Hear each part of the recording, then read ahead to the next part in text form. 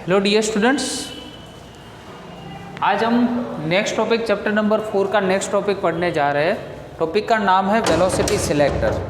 ठीक है, चलो तो वेलोसिटी सिलेक्टर के बारे में यहाँ पे डिस्कस करते हैं। तो यहाँ पे जो डायग्राम मैंने बताया उसमें पहले तो 3D डायग्राम है और उसमें इलेक्ट्रिक फील्ड और मैग्नेटिक फील्ड है।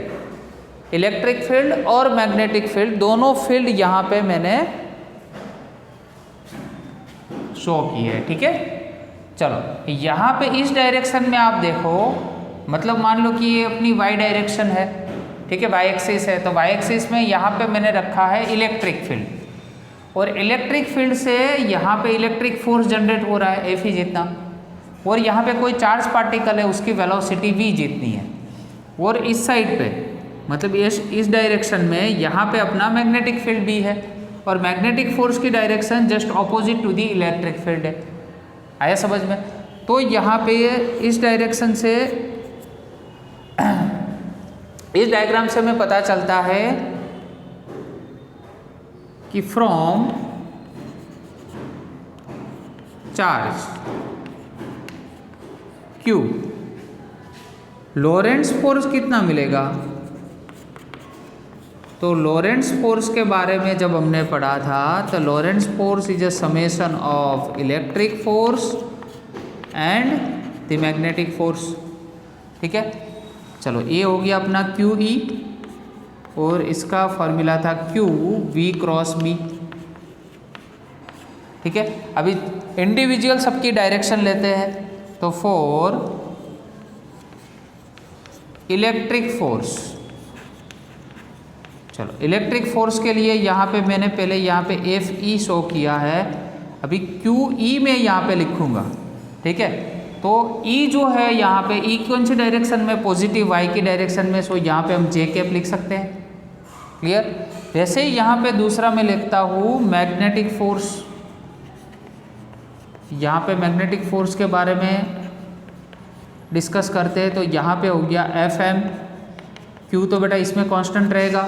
अभी वी कौन सी डायरेक्शन में है, तो वी है हमारी एक्स डायरेक्शन में, मतलब आई कैफ हो गया, पॉजिटिव एक्स डायरेक्शन में है। और बी कौन सी डायरेक्शन में है, तो जेड डायरेक्शन में है, मतलब के कैफ हो गया, जेड मतलब के कैफ। अभी याद करो आई क्रॉस के, आई क्रॉस के का मीनिंग क्या होता था, तो जब भी हम मैग्नीट्यूड लेंगे एफ एम का तो ऐसे बता सकते हैं कि क्यू वी बी और जे कैप जब लेंगे तब यहाँ पे क्या हो जाएगा, नेगेटिव। ये अपने मैग्नीट्यूड शो कर दिया है। वैसे ही यहाँ पे भी एफ ई की डायरेक्शन ऐसे हम शो कर सकते हैं। ठीक है ना, क्योंकि आई क्रॉस के क्या होगा, माइनस जे होगा। क्या होगा, माइनस जे, आप जानते हो। तो वैसे ही देखो इस डायग्राम से, अकॉर्डिंग टू डायग्राम, यहाँ पे जो एफ ई है वो ऊपर की साइड है और एफ बी नीचे की साइड है, मतलब दोनों ऑपोजिट डायरेक्शन में और इक्वल मैग्नीट्यूड पे है। तो ऐसे हम शो कर सकते हैं कि यहाँ पे जो इलेक्ट्रिक फोर्स है उसका मैग्नीट्यूड इज इक्वल टू क्या होगा, जो मैग्नेटिक फोर्स है उसका मैग्नीट्यूड। आया समझ में? तो इसकी तो आप वैल्यू जानते हो, ये क्या हो गया अपना क्यू ई हो गया। ठीक है, और मैग्नीट्यूड लोगे तो ये तो 1 हो जाएगा ना। यहाँ पे भी एक काम करते हैं, एफ ई का मैग्नीट्यूड जब भी कंसिडर करते हैं तो ये क्यू ही हो जाएगा, और इसका जब मैग्नीट्यूड कंसिडर करेंगे, यहाँ से पहले मैग्नीट्यूड निकाल देते हैं और इसके बाद का एक स्टेप लिखते हैं कि अगर एफ एम का मैं मैग्नीट्यूड करूँगा तो ये क्यू वी बी हो जाएगा, माइनस भी प्लस हो जाएगा और जे कैप भी 1 हो जाएगा।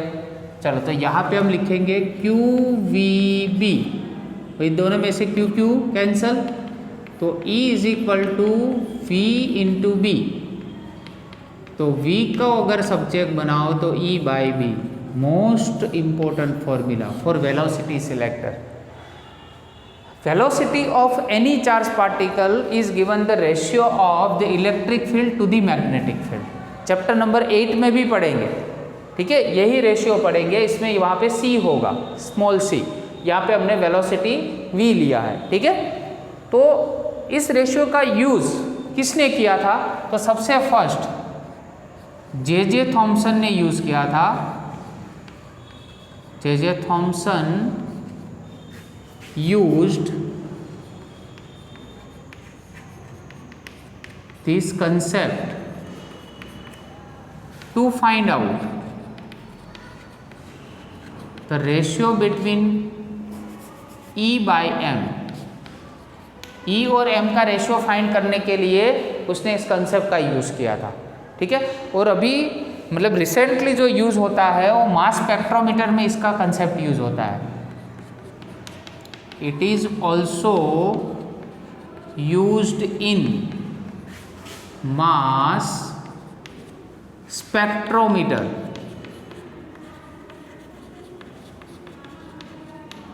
ठीक है। तो ये MCQ में पूछा जा सकता है, यहाँ पे MCQ लिख देते हैं हम, ठीक है, कि भाई मास स्पेक्ट्रोमीटर, वेलोसिटी सिलेक्टर में मास स्पेक्ट्रोमीटर का यूज़ कैसे होता है, इस कंसेप्ट के बेस होता है। तो it is the relation between the electric field in the magnetic field. आया समझ में? तो वैसे ही नेक्स्ट थ्योरी अपनी what is cyclotron and discuss the principle of cyclotron. Cyclotron मतलब साइक्लिक इलेक्ट्रॉन, आप ऐसा मतलब अज्यूम कर सकते हो। साइक्लिक इलेक्ट्रॉन जो मतलब ऐसे राउंड अप सर्कल में अगर घूमता हो और उसमें जो पार्टिकल है, चार्ज पार्टिकल, इसके अकॉर्डिंग जो भी उसकी मोशन होती है उसके बारे में डिस्कस करना है। So it is a device to use the accelerated charge particle like protons, deuterons and the alpha particles, ठीक है। तो ये ऐसा डिवाइस है जो चार्ज पार्टिकल्स होते हैं उसको एक्सेलरेट करता है। क्या करता है? उसको एक्सेलरेट करता है। कौन कौन से चार्ज पार्टिकल है? तो याद रखो, protons, deuterons and alpha particles are charge particles. Who invented this? It was invented by E.O. Lorentz and M.S. Livingston. Okay, it is invented by these two scientists. It uses both electric and magnetic fields to increase the energy. It uses both electric and magnetic field. इसमें दोनों use होते हैं, electric and magnetic field, to increase the energy, ठीक है। As both fields are perpendicular to each other, as we seen in this theory, this is the electric field and it is the direction of magnetic fields. Electric field is related to the y-axis and magnetic field is related to the x-axis. So these fields are both are perpendicular to each other. So we can say that it is a cross field. Both the fields are perpendicular to each other. So we can say that both fields are perpendicular to each other. Clear? So what is the principle of this device? The principle says that a charged particle can be accelerated to very high energies by making it passing through a moderate electric field a number of times. Whenever we are passing these charged particles to the electric field for a number of times, it will get acceleration. It will get acceleration, and through this it will gain some energy, high energy, and it will then again acceleration and comes out from this circle. Clear? It is the main principle of this cyclotron, and the frequency of such charged particles does not depends here speed of the particle and the radius of the orbit. The frequency which is generated from this kind of charged particles will not depend on the speed of the particle as well as the radius of the orbit. So how much or how many radius will increase? No change in frequency. If the speed of the particle will increase or decrease, no change in frequency.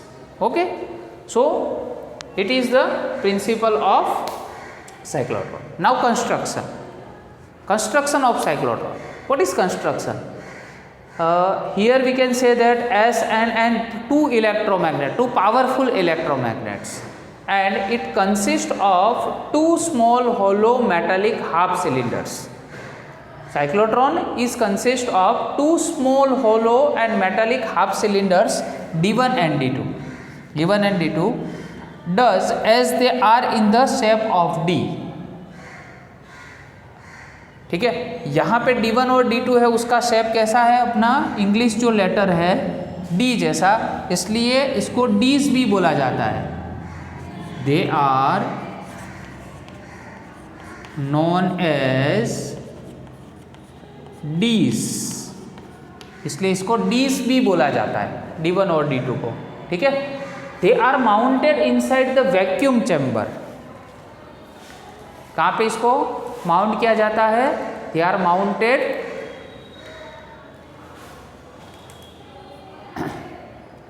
In a vacuum chamber between the poles of a powerful electromagnet. देखो ये दोनों powerful electromagnet है, उसके बीच में vacuum chamber होता है, वहां पे उसको माउंट किया जाता है।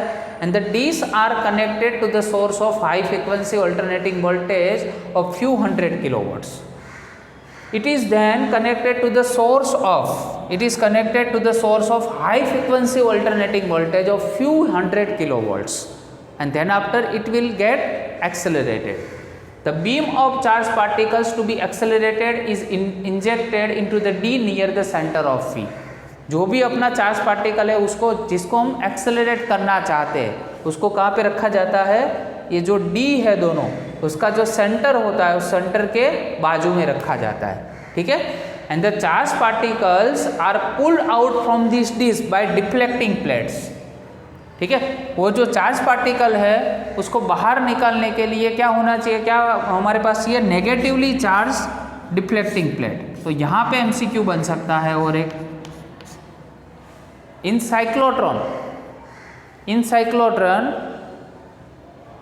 which plate is used to pull out the energetic particle? तो it is a negatively charged deflecting plate। MCQ बन सकता है, वहाँ पे आप नोट डाउन कर देना, उसको हाईलाइट कर देना, ठीक है ना। The whole device is in a high vacuum, ये पूरा डिवाइस है उसको हाई वैक्यूम में रखा जाता है, जस्ट बिकॉज द इंटरकनेक्शन और inter atomic collision, just negation of atomic collision between ions and the air particles। Clear? तो ये दोनों के बीच में अगर कोई कोलाइजन ना हो, इसलिए उसको पूरा जो सिस्टम है उसको हाई वैक्यूम में रखा जाता है। Clear? So till we have studied about the construction. Now by the tomorrow we will study about the how the cyclotron works, working of cyclotron and uses of cyclotron. Okay, thank you very much.